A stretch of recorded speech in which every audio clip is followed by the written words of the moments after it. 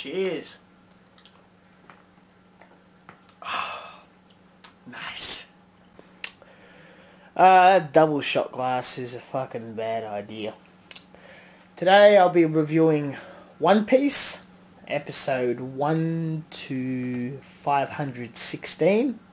This is not the end of the series, but at this point in time a time skip occurs.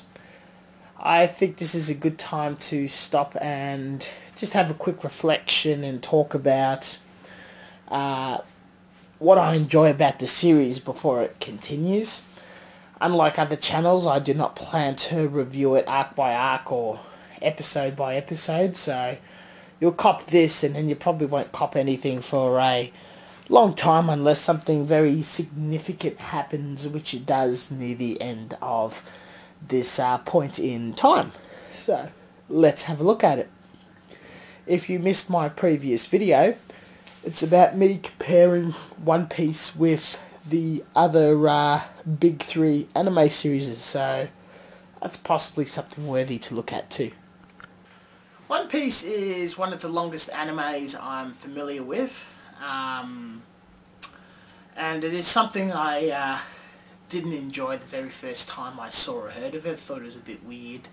Someone showed me a single episode in English and didn't care for it much, but after had been exposed to some spoilers, and I think being exposed to spoilers to continue watching it through some of the filler arcs or in the first 200, 300 episodes is important, as it takes time for this show to grow on you and the world slowly unreveals and the story gets that embedded in you that continuing is not really an option to not do so. It starts off with a pirate called Luffy. Now, he's eating these devil fruits, and when you eat these devil fruits you get a special ability, but the adverse effects is you drown in water. He can stretch his limbs and is a goofy fuck. He builds a crew around himself, and it's later appears that his bloodline and family is of quite importance in the world, including the people who influence his life. He starts off in a grand adventure of pirating and travelling a distance of ocean called the Grand Line.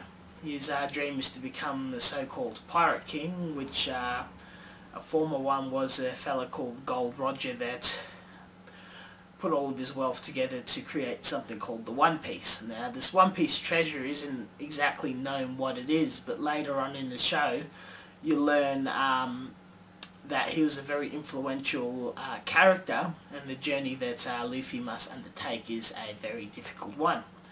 Once he reaches in the stretch of ocean as the Grand Line, he learns there is a lot of enemies, a lot of dangers, and powers that are just so mind-boggling that it's just not possible to overcome them or even match their strength.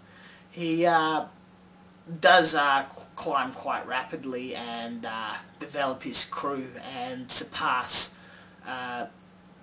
actions and individuals that people did not seem humanly possible, but finally runs into a dead end when he reaches near the end of the first half of the Grand Line. His crew is broken up and he enters a quite epic war to save an individual. And at this point he is broken, and this takes us to the time skip where you get some sort of training montage of himself and his crew to come together, be stronger, better, badder than ever. Like I did say, it takes a very long time to grow on you, but you do eventually get some sort of emotional tie with these individuals. You'll pick up on the many characters on offer that you like, dislike, hate. Some of the enemies are very well designed, the allies also very well designed, the certain powers. The forces we're looking at is you get the Marines. These are a part of the world government and they govern the world. Your pirates, you get 4 pirate Yokones, which are like emperors of the ocean, and their balance of power gets disturbed, which you will see.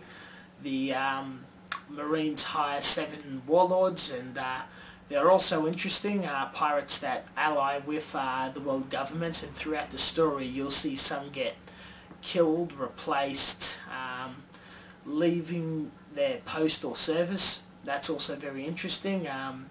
Not necessarily all of them become Luffy's enemies, some of them actually allies with him, which is quite interesting, and being as a large and deadly dangerous world, he does come across a fair amount of allies as he does find his enemies.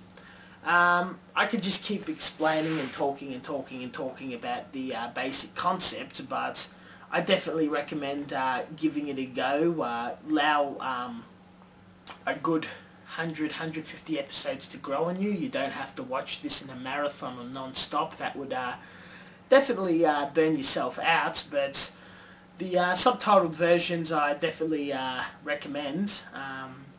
The English one did disturb me a bit, but if that's your sort of thing, power to you.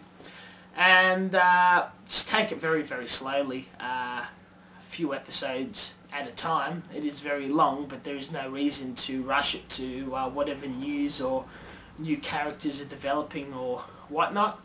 Spoilers are inevitable. Eventually people will be telling you what is happening near the end, but really the enjoyment is the journey of the process, witnessing and seeing how it occurs. Quick mention about, there's about 7, 10, 12 movies. I've only seen one of them. They don't really lend themselves to the story, so you can definitely bypass them unless you're that inclined or indulged to actually want to watch them. I don't see how they actually enhance the main story. A lot of shows are plagued by fat, as in fillers. This one does not have many fillers. I think I can count them on my two hands. They do not occur often, and I wouldn't say that they're good, bad or indifferent because I skip them straight away. It's at the time that these fillers happen is when the storyline is very intense. So I have a tendency of ignoring them. Thanks for watching this, guys. Definitely worth checking out. Peace out, motherfuckers.